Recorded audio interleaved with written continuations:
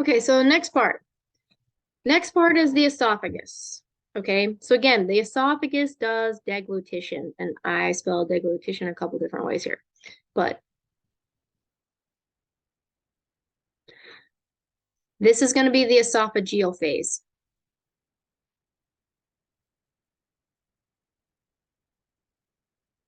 So basically, if you're talking about like what things do propulsion, the two organs that are going to be like most essential or only do propulsion are the pharynx and the esophagus. Okay. The esophageal phase is doing pure swallowing in terms of pharyngeal constrictors and things contracting. In the esophageal phase, it's also partially doing swallowing at the top, but then as the bolus enters the esophagus, it's doing something called peristalsis. So peristalsis is a type of movement, meaning it's a way that stuff moves through the tube. And I'll explain peristalsis again as well, but peristalsis is a forward movement of substances. There is no mixing, no going back and forth. It's just pushing everything forward. Okay, so let's look at the esophagus. Okay, so the esophagus is a muscular tube. It runs posterior to the trachea, posterior to the heart. It's basically the back portion. Okay, if we look at embryonic development, our gut tube is like that, and usually it's in the front. But when the thorax is created, what happens is the heart ends up in front of the esophagus and it pushes the esophagus all the way to the back body wall. And it becomes back behind the parietal peritoneal, the back behind the parietal pleural layer. So it's all the way in the back. Okay. It is a hollow muscular tube. It does have two layers of muscles. So let me explain. It has some skeletal muscle up here at the top.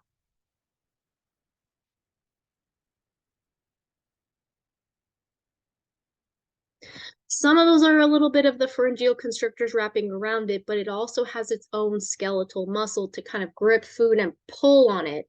It's going to grip the bolus and pull. It's going to grip the bolus and pull it downward a little bit before the rest of the length, which is going to be smooth muscle, takes over. So you want to understand the smooth muscle here is innervated by cranial nerve 10, right? The vagus nerve. And that's going to, like a message going to be sent down the vagus nerve to contract those muscles. These muscles have two layers. One layer is circular and one layer is longitudinal.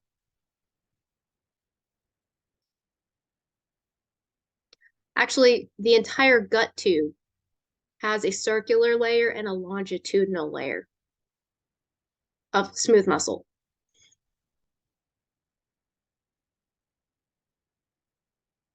So if this is our tube and what it looks like, I'll just draw a tube. I'm going to draw my tube like this so you can kind of understand. Okay, the circular muscles go in this direction and they help create the opening of the tube. So they go around the tube like this. The longitudinal muscles are going to go the length of the tube, and basically they're the superficial layer that runs along the length of the tube. Both of these sets of muscles are really important because they're going to be needed for peristalsis. So the esophagus has one job, the esophageal phase. The esophageal phase is basically to make sure that food moves from the esophagus into the stomach. At the end of the esophagus, you're going to have a sphincter, which is basically skeletal muscle that's going to have to open right here to allow the bolus to move from the esophagus into the stomach. This has a couple different names, okay? One is the cardiac sphincter. One is gastroesophageal sphincter.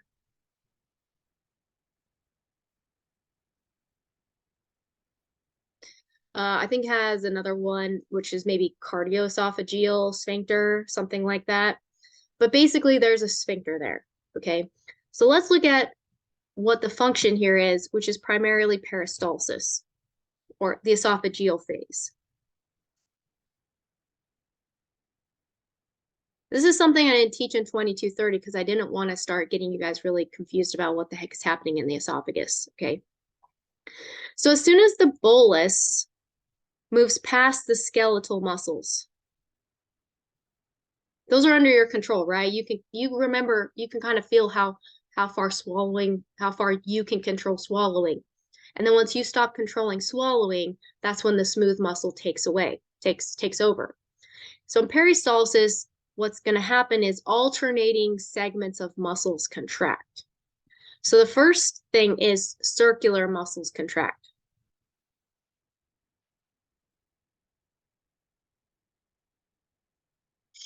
Why does it do this? Well, let's draw our tube here. Because this is YouTube. We have time, okay? So we're going to see that our bolus is going to be right here. I'm going to make my tube a little bit longer so that we can see all of the muscles later. Let me erase this. Sorry. I'm going to erase this one too. I'm going to put my tube right there. So we're going to see that we're going to have our tube like this. Okay. We're going to have our bolus on the inside. So our bolus is like maybe right here. So the first muscles that are going to contract are the circular muscles, and these muscles contract back behind the bolus. And what they do is they change the size of the lumen to make the lumen smaller, right? Circular muscles contract and the lumen basically gets smaller. This is going to help to prevent the backwards movement of food. The next thing that has to happen is a set of longitudinal muscles contract.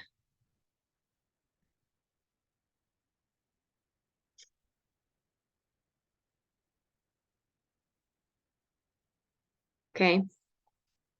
So the longitudinal muscles, which run the length here, when they contract, they get shorter. So they contract and they get shorter. So the tube gets shorter. And what that happens is then the bolus moves forward. And because the circular muscles back here are contracted, the longitudinal muscles contract, you push everything forward. Okay. And then you start that process over again. The bolus is now here. You go back and you contract circular muscles to close off the tube. You contract longitudinal muscles. So the bolus pushes forward again. And that's kind of what this picture is showing you here. It's just not the greatest picture. It's showing you the circular muscles are contracting. And then this part of the longitudinal muscle contracts. And as that happens, everything gets pushed downward. And then you have, again, another set of circular muscles, another set of longitudinal muscles here. Everything gets pushed forward. Okay. It's kind of how a snake moves like this. It's because it's individual segments of muscles allowing the snake to move from this side to this side, from this side to this side. The esophageal phase or peristalsis essentially does this as well. Okay. So then our bolus enters the stomach.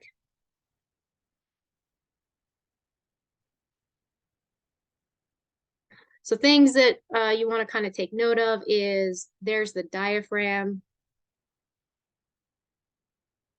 So the bolus has to go through the diaphragm before it hits the gastroesophageal or the cardiac sphincter. Cardiac sphincter has to open because it relaxes. Food moves into the stomach. And then the next phase is going to be like basically what does the stomach do, which is going to be a lot of stuff. Not too much. I think it's not too much. Okay, that's the next part.